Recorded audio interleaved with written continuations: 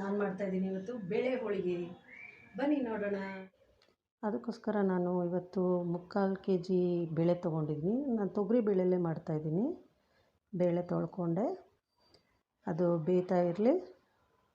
ನಾವು ಅಷ್ಟೊತ್ತಿಗೆ ಹಿಟ್ಟು ಕಲಿಸ್ಕೊಳ್ಳೋಣ. ಹಿಟ್ಟಲ್ಲಿ ಅರಿಶಿನ ಮತ್ತು ಉಪ್ಪು ಮತ್ತು ಇದ್ರ ಜೊತೆಗೆ ನಾನು ಎಣ್ಣೆನೂ ಹಾಕ್ಕೊಂಡು ನೀರು ಹಾಕಿ ಕಲಿಸ್ತಾಯಿದ್ದೀನಿ. ನೀರು ಹೇಗೆ ಹಾಕಬೇಕಂದ್ರೆ ನೋಡಿ, ಈ ಥರ ಅಂಟಂಟಾಗಬೇಕು ನಮಗೆ ಹಿಟ್ಟು, ಅಂದರೆ ಸ್ವಲ್ಪ ನೀರು ಜಾಸ್ತಿ ಆಗಬೇಕು. ಆ ಥರ ಸ್ಟೇಜಲ್ಲಿ ನಾವು ಎಣ್ಣೆ ಬಿಟ್ಕೊಂಡು ಚೆನ್ನಾಗಿ ನಾದ್ತಾ ಬರ್ತಾಯಿದ್ರೆ ನಮಗೆ ಹಿಟ್ಟು ಒಳ್ಳೆ ಹದಕ್ಕೆ ಬರುತ್ತೆ. ನೋಡಿ, ಈ ಥರ ಒಳ್ಳೆ ಸ್ಟೇಜ್ಗೆ ಬರುತ್ತೆ. ಇವಾಗ ಈ ಸ್ಟೇಜಲ್ಲಿ ನಾವು ಹಿಟ್ಟನ್ನ ಸ್ವಲ್ಪ ಹೊತ್ತು ಮುಚ್ಚಿಕ್ಬಿಡೋಣ. ಒಂದು ಅರ್ಧ ಗಂಟೆ 1 ಅವರು ನಾವು ಹಿಟ್ಟನ್ನ ಮುಚ್ಚಿಕ್ಬಿಟ್ಟು ನಾವು ಇದಕ್ಕೆ ನೆಕ್ಸ್ಟ್ ಏನು ಬೇಕು ಬೆಲ್ಲನ ತಟ್ಕೊಳ್ಳೋಣ.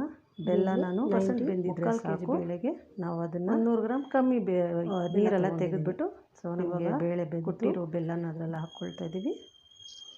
ಹಾಕ್ಕೊಂಡು ಒಂದೆರಡು ಏಲಕ್ಕಿನೂ ಅದರಲ್ಲಿ ಒಡೆದು ಹಾಕಿದ್ದೀನಿ ನಾನು. ಇದು ಸ್ವಲ್ಪ ಹೊತ್ತು ಹೀಟಲ್ಲಿರಲಿ ಸಿಮ್ಮಲ್ಲಿ. ಅಷ್ಟೊತ್ತಿಗೆ ಸ್ವಲ್ಪ ಕೊಬ್ಬರಿ ತುರಿದು ನಾನು ಕೊಬ್ಬರಿನೂ ಹಾಕ್ಕೊತಾ ಇದ್ದೀನಿ. ನಾನೊಂದು ಅರ್ಧ ಹೋಳು ತೊಗೊಂಡಿದ್ದೀನಿ, ನಿಮ್ಗೆ ಬೇಕಂದರೆ ಫುಲ್ಲು ತೊಗೋಬೋದು. ಸೊ ಇದನ್ನು ಹಾಕಿ ಇವಾಗ ಮಿಕ್ಸ್ ಮಾಡಿ ನಾನು ಸ್ವಲ್ಪ ಹೊತ್ತು ಸಿಮ್ಮಲ್ಲೇ ಸ್ಟವ್ ಮೇಲೆ ಬಿಟ್ಬಿಡ್ತಾಯಿದ್ದೀನಿ. ನೋಡಿ, ಎಲ್ಲ ಆರಿದ ಮೇಲೆ ಇವಾಗ ನಾವು ಮಿಕ್ಸಿಗೆ ಹಾಕ್ಕೊಳ್ಳೋಣ.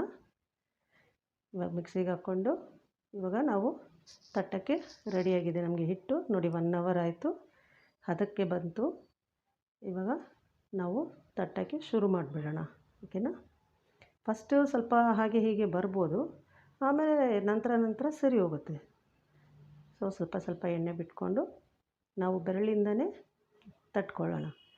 ಸೊ ನಾನಿಲ್ಲಿ ಫಾಸ್ಟ್ ರನ್ ಮಾಡಿದ್ದೀನಿ, ನೀವು ನಿಧಾನಕ್ಕೆ ಟ್ರೈ ಮಾಡ್ಬೋದು. ಫಸ್ಟ್ ಸರಿ ಮಾಡೋದಾದರೆ ಟ್ರೈ ಮಾಡ್ಬೋದು. ಅಭ್ಯಾಸ ಇರೋರಿಗೆ ಈಸಿಯಾಗಿ ಬರುತ್ತೆ.